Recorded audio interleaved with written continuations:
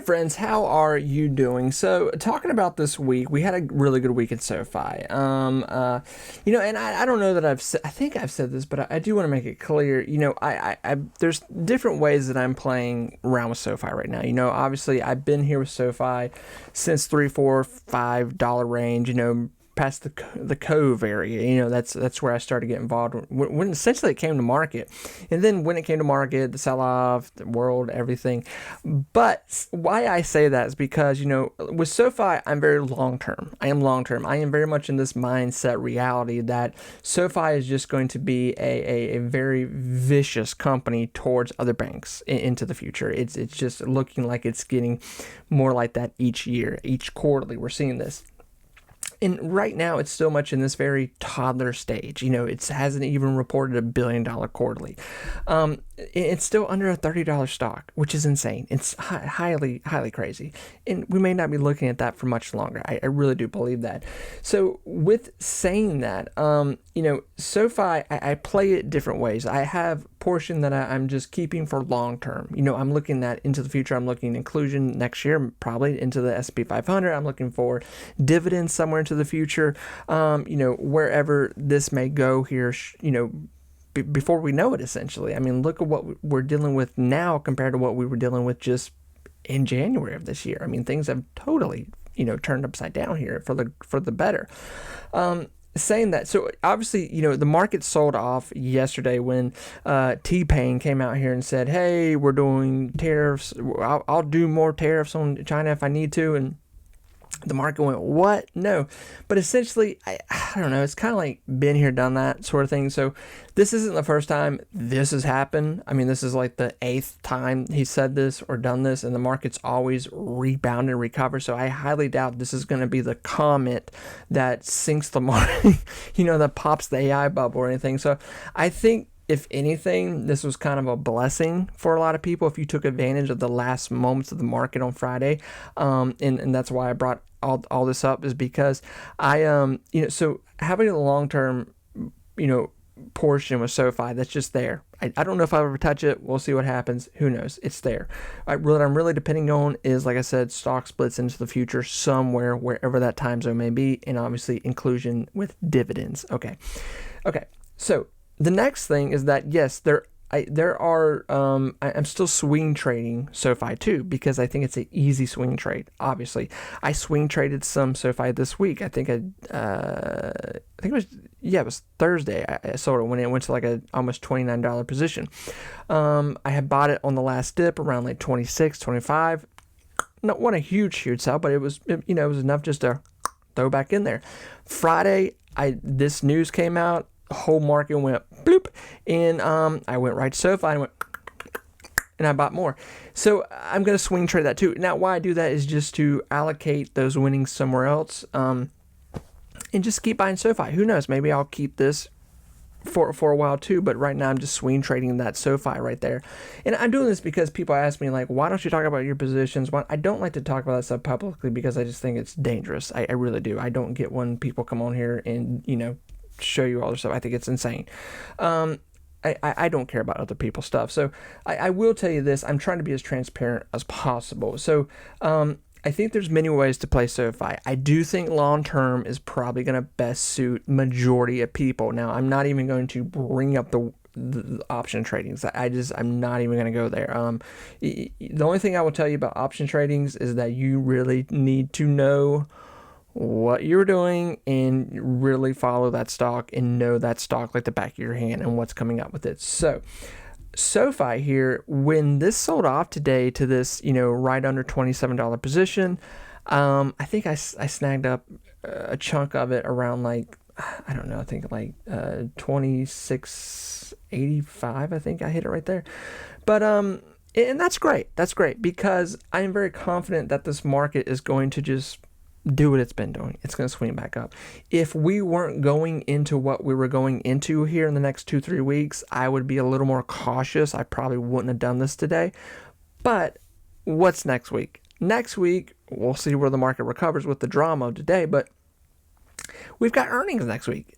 Big earnings are setting up next week. I'm saying all this for a reason. we've got earnings. Obviously we've had earnings, but it hasn't been as massive as we're about to see. I mean, next week we've got AI, we've got retail, we've got cars. Everything. It's just boom, boom every day. So that will tell us a lot more about what's going on. Now, if we see companies, do well, and obviously we're not expecting retail companies to do as well, obviously food companies especially, but AI, this is where everyone's looking at AI. The market could really rebound on a lot of these upcoming quarterlies. And two, with that, SoFi obviously has quarterlies coming up, but two, that rate cut, that will be fuel on the fire here with the market once again. So this is why I think that I think we're getting into a place, honestly, where we're just going to be done with 20s here soon. As sad as that may sound to say, and obviously, this is bullish conversation. This is saying that the market's going to continue to do well. It obviously depends on what this next cycle of quarterlies are going to look like. That is a lot of what this is right now. But saying that, as long as SoFi does what it's been doing and what we kind of think it's going to continue to do, find this business, reallocating money back into the company, pushing their technology, their banking, everything, partnerships, all that, and what we know they're going into. SoFi is becoming a very popular stock company, and very, just this pretty much carnivore of just a beast out there, just looking to take anyone it can as a customer. And it's crazy that their revenue is just so aggressive right now, and their customer basis is growing so aggressively right now. It's really crazy. So I think that this was just a little freak out today. I don't know. I can't imagine this is going to be what triggers a huge sell-off. We've been here, done this with this tariff conversation. And it's always it's like a reverse psychology with this tariff conversation at this point, because the market goes, oh, no. And then it goes, when it happens, it goes, oh, okay, actually we like this. This is okay. So it's kind of hard to trust what is like a huge pushback right now. And two, it's funny to say that, things massively sold off today. Of course, the news cycle is going to make it sound like this is the worst thing ever, but, we're still at all-time highs. I mean, things are crazy high right now. They are insanely high.